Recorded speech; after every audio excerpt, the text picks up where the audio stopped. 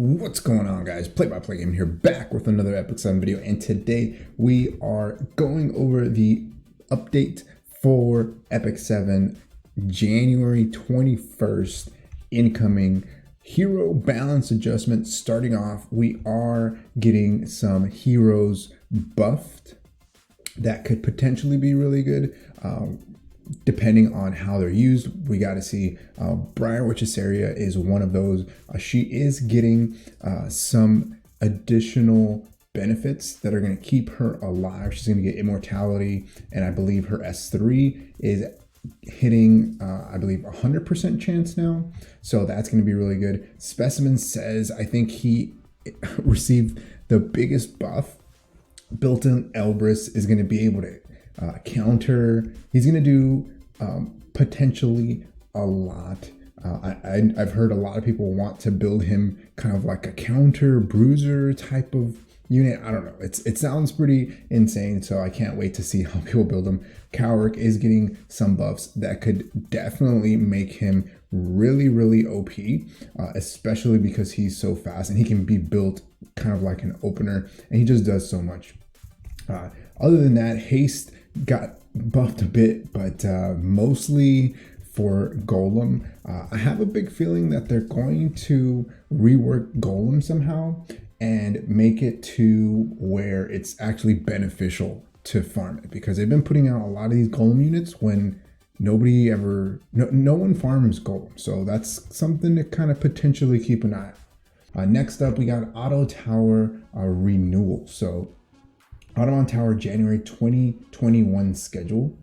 Let's see. So this one is kind of interesting because this is going to be the new version of Archdemon Tower. So it's starting in January 21st.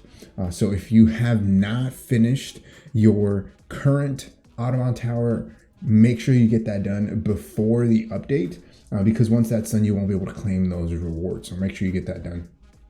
And then it's going to reset, I believe, every 2 weeks, they mentioned. So that's going to reset on February 1st. So just kind of keep that in mind. We're going to be able to go in there. There's going to be 4 levels of difficulty. You can access the last one, I believe, if you've already cleared Abyss 100. If you haven't, that's all right. Just try to push as high as you can. The rewards will definitely be worth it. So I believe you can change the difficulty level by resetting the tower. So the tower can be reset up to 3 times per season for free. If you reset a level, the devices obtained up to that point will reset. So for this tower, you will have monster devices, and these kind of give you buffs for specific characters or for your party. They're going to help you clear the tower. So I'm kind of interested to see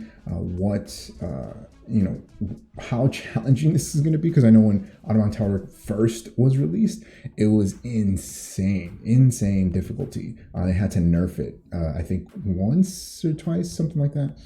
See, players can play through the Archdemon Tower after selecting a difficulty level. In order to change the difficulty level, players need to reset the difficulty level. There's a difference in the rewards that can be obtained per level. Yeah, so you want to push as high as possible so you can get the best rewards. Some monsters and devices will be changed every time the tower resets. The health status of monsters and heroes are saved after each battle in the tower. Also, stigma can be used to recover health. The more you recover, the higher the cost. Okay, so as you go through, their health is saved. Does that mean, like, if I go in and I get defeated halfway through and I go back in, their enemy is going to start at half health? I think that's what it means. Players can see the rewards obtained and information equipped when they conquer a floor. Okay, so it's kind of like it's the same thing, right? You can click on it and you'll be able to see the reward. I think that those devices are going to be pretty fun. We'll see. Let's see, guardians and pets cannot participate in battles. Players can enter using energy, so we're still going to use energy. Each floor has 1 wave, and players can move on to the next floor after acquiring devices. After a battle, the friendship level of heroes on the team will increase. Okay, so keep that in mind. If you are doing lower levels, for whatever reason, let's say you haven't cleared Abyss, you haven't done that yet, you can use heroes that you are currently farming friendship for in your team to help with friendship farm, especially because now you get those 3 free mola. So just kind of keep that in mind. The friendship level increase will be improved at a later stage. Okay, so it's probably not a lot, not a significant amount, but any little thing to friendship helps, especially if you've ever done friendship farming. When switching levels, before clearing all floors in the previous level, the floors that have been cleared will not cost energy, will not provide rewards, or have friendship increase upon completion. Okay, so if you've already cleared something, you can go back in, but you won't get anything from it. So you can just kind of replay it, I'm assuming, when switching from level 2 to level 1. Will not cost energy. Okay, so if you clear, let's say, level 2, and for whatever reason you want to go back to level 1 to see what is there, you won't get any rewards, friendship, anything from it, but you can just play it, I guess. So that's kind of interesting. If a player conquers the 25th floor, then they cannot reset the level until the tower refreshes. Okay. So devices. Players can choose one device after successfully clearing a floor from 1 through 24. Once a device has been acquired, it cannot be changed until the level is reset or conquered. Devices acquired on each floor can enhance stats for certain heroes, attributes, so on and so forth. So your devices are going to help you clear the actual tower. Some devices are more efficient when duplicated. So you can duplicate devices. So you can have 2 of the same. That's going to be kind of interesting. Like, for example, this one, level 1 front row counterattack device. When the heroes in the front row is attacked, has a 50%. Okay. So you get, if you get a double of this countering device, it increases the chance from 50% to 100% chance to counter. So that's pretty cool. We got an epic equipment charm. That's nice. We got gold. We have 350k for level 4 greater ring charms. So the thing with these levels is if you do level 1, so let's say you're starting a game, you get a 65 accessory chest. It potentially can be good, but then again, you really want to push to at least 2 or 3, because here you get a 78 accessory chest. And this is going to be more than likely, if at all, if you get blessed by RNG, it should be a lot better than the 65 accessory chest. And if you do push up all the way to level 4, you get an epic equipment charm. You also get epic accessory charms ×2. And I believe the 88 accessory is only available as a reward for clearing a level 4. So just kind of keep that in mind as we go through here. It's a bunch of charms, so that's really nice. Sky stones, molas, you get 2 molas. Gold transmit stones, you get 4 gold transmit stones for clearing level 3 or level 4.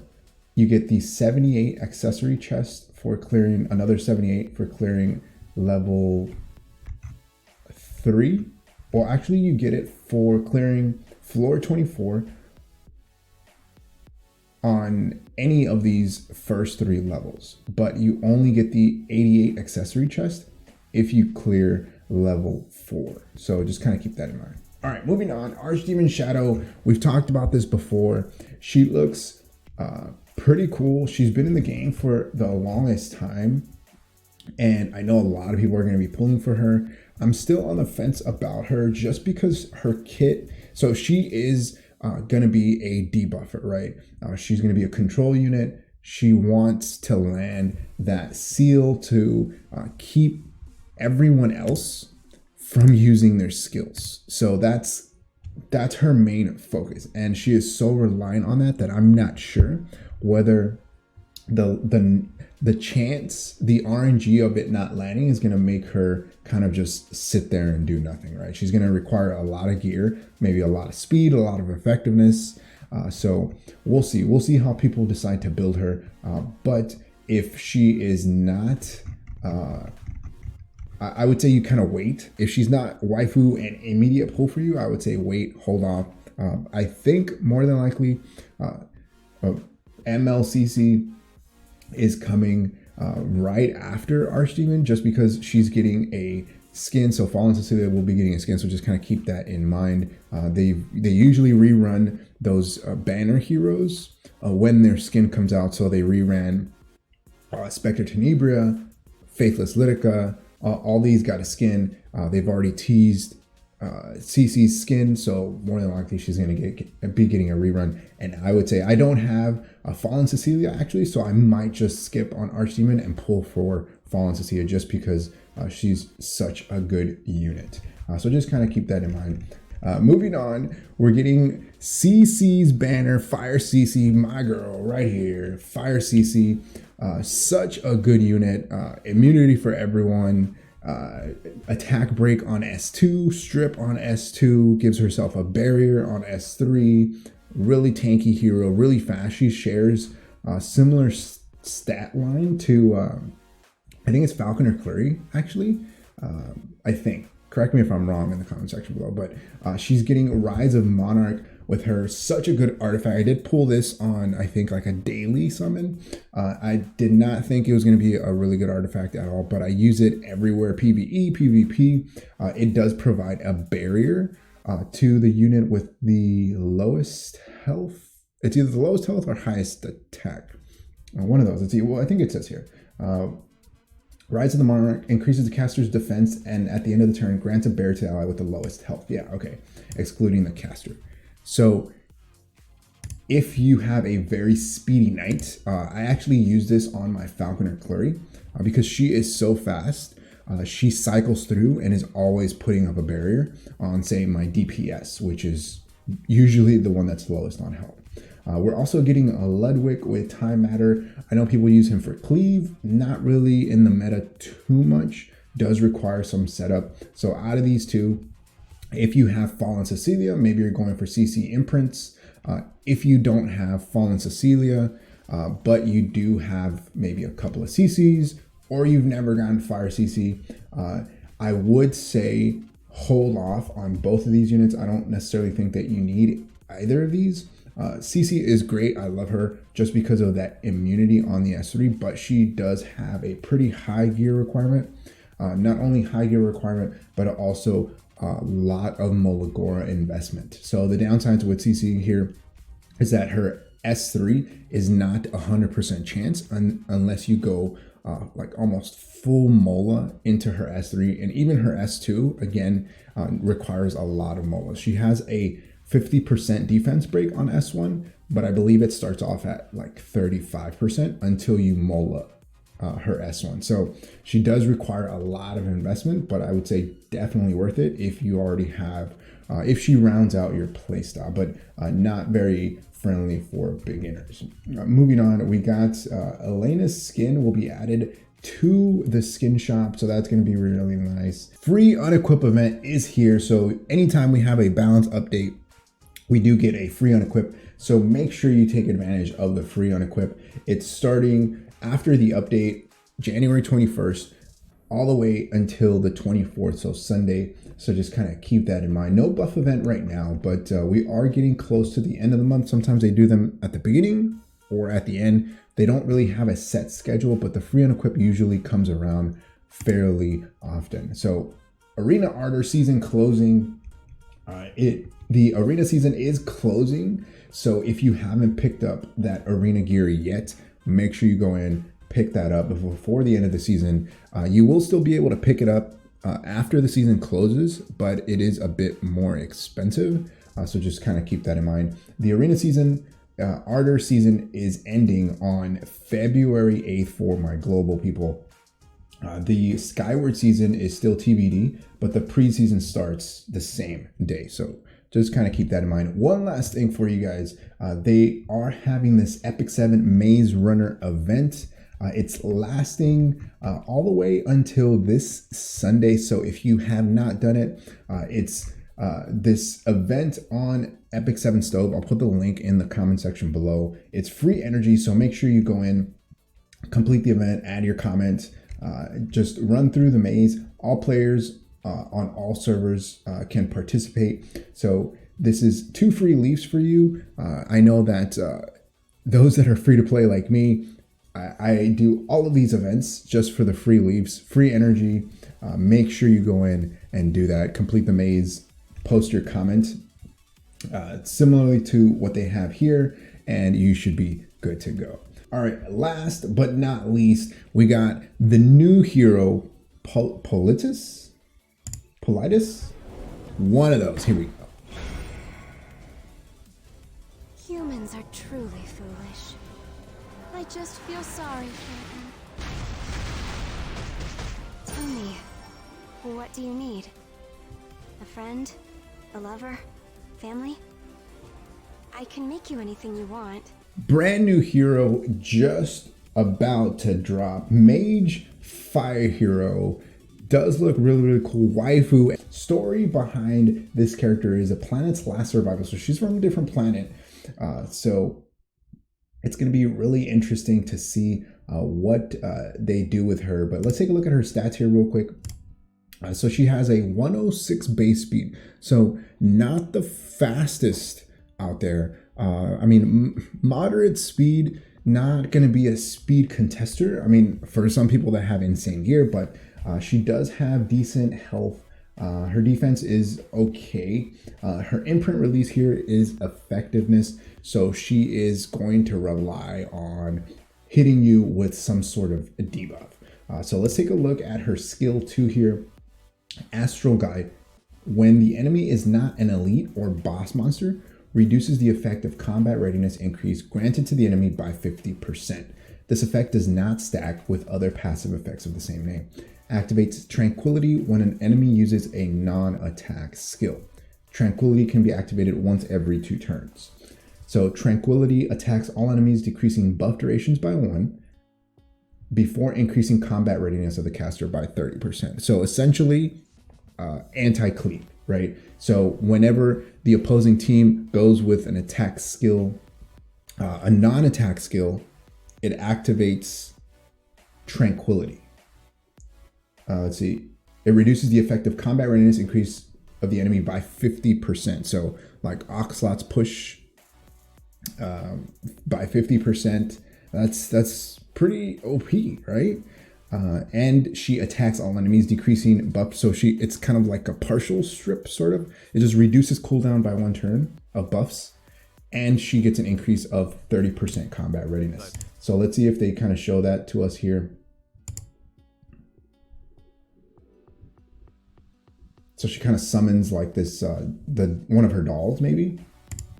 Skill 3, Starfall. So this is her S3. Attacks all enemy. It's an AoE attack with a 75% chance to decrease hit chance and make them unable to be buffed for 2 turns. So let's see if they show that to us here. So yeah, it's 100% chance to be to land, but still you can get 15%. And so there's the non-attack skill from Flurry, and then she cuts in, right? Let's go back a little bit here. So then, yeah, she cuts in and hits you with the S3.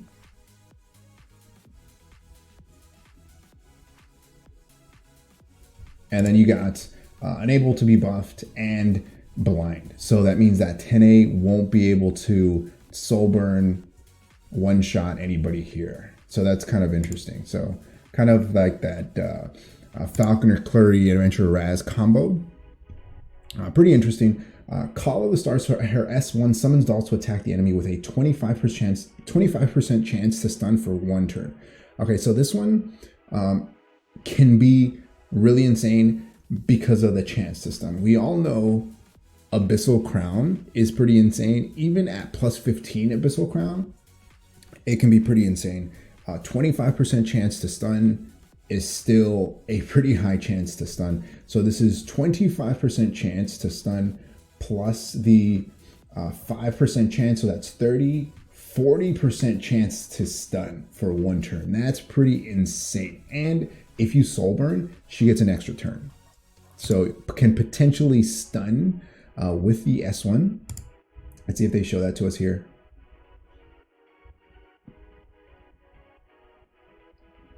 So stun on the S1, that's pretty insane. Her artifact She is getting a new artifact with her Knowledge of Seed. So it's Mage artifact. Upon receiving lethal damage, has a 100% chance to grant all allies, except for the caster, a random buff for 2 turns. So they can get greater attack, increased defense, evasion, immunity. Can only be activated once per battle. Okay, so this one's kind of interesting when it's not fully maxed out, because this is a 5-star artifact, so it's gonna be kind of tough. It's a 50% chance, so maybe it'll go to what, like 60, 75 maybe? 75 at plus 15, I'm thinking. 65 or 70, one of those, right? But you're gonna have to really max this out to have a guaranteed chance for that to proc. So not quite sure how many people are actually gonna use that artifact, but Politia, I think that's her name. Politis. Politis?